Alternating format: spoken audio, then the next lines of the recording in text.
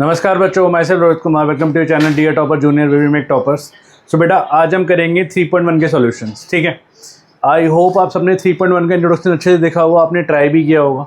एक बार ज़रा answer match करते हैं और देखते हैं आपके कितने आंसर सही है। ठीक है, तो 3.1 के सॉल्यूशन शुरू करते हैं। बट शुरू करने से पहले इस चैनल को अभी सब्सक्राइब करो। क्यों? क्योंकि आई प्रॉमिस यू कि मैं आपको स्कोर करवा के रहने वाला हूँ। आप मानो या ना मानो, आप मेरे साथ साथ अगर पढ़ोगे, रिवीजन करोगे, आप स्कोर करोगे, डेफिनेटली करोगे। I know. ठीक है, तो स्टार्ट करते हैं 3.1 के solutions. Let's start. This is the part 2, है ना। पार्ट का मतलब मैंने समझाया था, आपको याद है? पार्ट का मतलब ये है, हम पहले पूरा चैप्टर एनसीईआरटी से करने वाले हैं, उसके बाद हम कुछ एक्स्ट्रा काम करेंगे। पहले पूरी एनसीईआरटी खत्म करेंगे हम पार्ट वाइज करके। ठीक है, तो 3.1 के सॉल्यूशन। तो क्वेश्चन नंबर 1 कह रहा है 3.1 का। क्वेश्चन नंबर 1 कह रहा है, आपको कुछ फिगर गिवन कर रहा है। सही बात है, ये कुछ फिगर गिवन है 1 2 3 4 5 6 7 8। कह रहा है classify each of them on the basis of the following. आप क्लासीफाई करो कि भाई सिंपल कर्व कौन सा है। सिंपल कर्व कौन सा है? सिंपल कर्व होता है जब आपको पेन ना लिफ्ट करना पड़े, जब आपको बनाते हुए पेन लिफ्ट नहीं करना पड़ता, आपको पेन नहीं उठाना पड़ता, उस कर्व को हम सिंपल कर्व कहते हैं। तो भाई मतलब मेरा 1 तो है, 1 तो मेरा सिंपल कर्व है, 2 भी सिंपल कर्व है, और कुछ देखो ये नहीं है, इसमें 2 बार पेन उठाना पड़ेगा, ये भी नहीं है, ये भी सिंपल कर्व है मेरा, 5 भी है। ठीक है, ये भी सिंपल कर्व है, 6 भी है। कि इसके लिए पेन उठाना पड़ेगा? नहीं उठाना पड़ेगा, तो 7 भी है। तो ये आंसर आ गया। तो भाई 1 2 5 6 7। ठीक है, so these are the simple curves. Simple curve क्या होता है? सिंपल कर्व हम उसे कहते हैं, लिख लो, क्लासीफाई। सिंपल कर्व वो होता है जिसमें डू नॉट लिफ्ट पेन, जिसमें आपको बनाते हुए पेन ना उठाना पड़े। समझ जाना, वो सिंपल कर्व है। अब वो कह रहा है सिंपल क्लोज कर्व। भाई सिंपल कर्व है पांचों, समझ आ गई बात। बट क्लोज कर्व कौन सा? अब यहाँ पे देखो, ये बनाने के लिए मुझे पेन उठाना पड़ेगा ना यहाँ पे, तो नहीं है। ये बनाने के लिए मुझे पेन उठाना पड़ेगा ना यहाँ पे, क्योंकि यही बन पाएगा, अंदर का पार्ट तो बन ही नहीं पाएगा। यहाँ देखो, ये बनाने के लिए मुझे पेन उठाना पड़ेगा ना, तो ये भी सिंपल कर्व नहीं है। ध्यान से देखो, क्लोज कर्व, ये क्लोज है, ये क्लोज है, ये क्लोज है, ये क्लोज है, तो ये भी सारे यही होंगे। तो सिंपल क्लोज कर्व भी क्या होगा? 1 2 1 भी होगा, 2 भी होगा, 5 भी होगा, 6 भी होगा, और क्योंकि सारे के सारे क्लोज है। क्लियर है? अगला कह रहा है पॉलीगन। पॉलीगन क्या होता था? मैंने बताया था, पॉलीगन होता था closed figure. Many sided close figure को हम पॉलीगन कहते हैं। ठीक है, अब ध्यान से देखो पॉलीगन क्या है। अब पॉलीगन के लिए मुझे चाहिए साइड। पॉलीगन के लिए मुझे क्या चाहिए? साइड।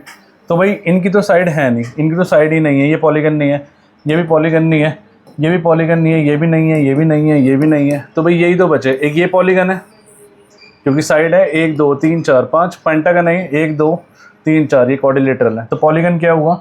पॉलीगन हुआ आपका 1 और 2। तो 1 और 2 क्या हुआ? आपका पॉलीगन हुआ। अगला कह रहा है कॉन्वेक्स पॉलीगन। मैंने समझाया था कॉन्वेक्स पॉलीगन किसे कहते हैं। कॉन्वेक्स पॉलीगन हम उसे कहते हैं जब कोई भी इंटीरियर एंगल आपका क्या होता है? लेस देन 180 होता है, मतलब कोई भी 180 से ज़्यादा नहीं होता। तो भाई कॉन्वेक्स पॉलीगन क्या होगा? ये जो नॉर्मल पॉलीगन बेसिकली जो हम पढ़ते हैं, स्क्वायर, रेक्टेंगल, सारे कॉन्वेक्स होते हैं। तो सिर्फ 2 नंबर यही कॉन्वेक्स होगा। क्यों? क्योंकि सारे एंगल आपके 180 से छोटे हैं। तो आंसर इज 2 आएगा आंसर। कॉनकेव पॉलीगन, इसमें होता है लेस देन 180, कॉन्वेक्स होता है लेस देन 180, कॉनकेव होता है कोई भी एक एंगल मोर देन 180 होगा। और मैं अगर आपको याद हो, मैंने बताया भी था, ये वी बनता है, वी की शेप। और देखो मोर देन 180 दिखाओ, मोर देन 180, ये देखो, आप ये वाला एंगल चेक करो, ये 180 से ज़्यादा है, it is more than 180 degree. तो ये होगा आपका कॉनकेव पॉलीगन। कॉनकेव पॉलीगन कौन सा होगा? 1 नंबर होगा। ठीक है, so these are the answer of question number 1। इसको नोट कर लेना, वेरी इंपॉर्टेंट। इसमें कई बार एग्जाम में एमसीक्यू में आता है क्वेश्चन। ठीक है, आगे चले। नेक्स्ट क्वेश्चन नंबर 2 कह रहा है what is a regular polygon. भाई रेगुलर पॉलीगन हमने पढ़ा था लास्ट वीडियो के अंदर भी, लास्ट क्लास में। रेगुलर पॉलीगन क्या होता है? रेगुलर पॉलीगन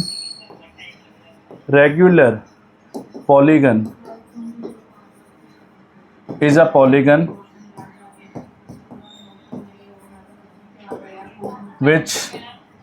in which हम कह सकते हैं in which all sides and all angles are equal। जिसमें आपकी सारी साइड्स और सारे एंगल इक्वल होंगे, उसको हम रेगुलर कहते हैं। मैंने बताया था रेगुलर का मतलब ये होता है कि सारे एंगल और सारी साइड इक्वल होगी। तो रेगुलर पॉलीगन कैसे कहते हैं, इसमें सारी sides is a polygon in which all the sides and all the angles are equal. आगे कह रहा है मुझे नाम बता दो एक रेगुलर पॉलीगन का 3 साइड वाले का। तो भाई 3 साइड वाला अगर रेगुलर पॉलीगन होगा, 3 साइड में अगर तीनों इक्वल होगा तो इसको तो हम बोलेंगे ना इक्विलेटरल ट्रायंगल। यस और no, it is called equilateral triangle. तो इक्विलेटरल ट्रायंगल बोलेंगे जो क्या होगा, जिसकी तीनों साइड इक्वल होगी। अगर चारों साइड इक्वल होगी तो इसको हम स्क्वायर कहते थे, याद करो। अगर चारों साइड इक्वल पढ़ी थी हमने तो इसको हम बोलते थे क्या, it is a square.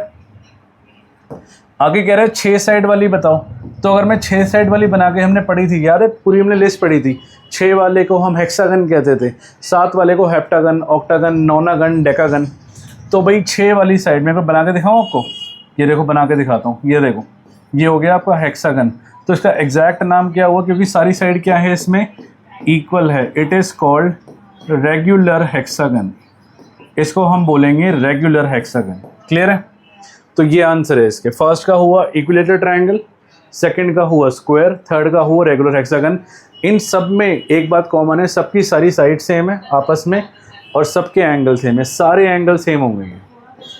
Clear है? ठीक है, इसको नोट कर लेना।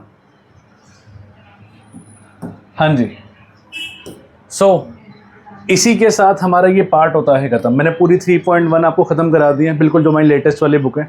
तो 3.1 के सॉल्यूशन हम कर चुके हैं। इसके बाद जो मैं नेक्स्ट वीडियो लेके आऊँगा उसमें मैं कराऊंगा 3.2 को इंट्रोडक्शन। ठीक है, जब तक के लिए इसको थॉरली रिवाइज करो। और मैंने ना और भी चैप्टर अपलोड करे अपने चैनल पे, उनको अच्छे से देखो, उनको रिवीजन करो। और कोई भी डाउट हो तो कमेंट्स में लिख देना, I will definitely help you. या फिर आपको मैं नंबर दे रहा हूँ अपना ही वाला पर्सनल, इस पर व्हाट्सएप कर देना, आई विल डेफिनेटली। कोई भी डाउट हो, कोई भी मैथ्स का क्वेश्चन आए, आप पूछना चाहते हो मुझसे, then ask on this number, I am there for you always. ठीक है, हम नेक्स्ट वीडियो में मिलते हैं, जब तक के लिए ओके, टाटा, बाय बाय।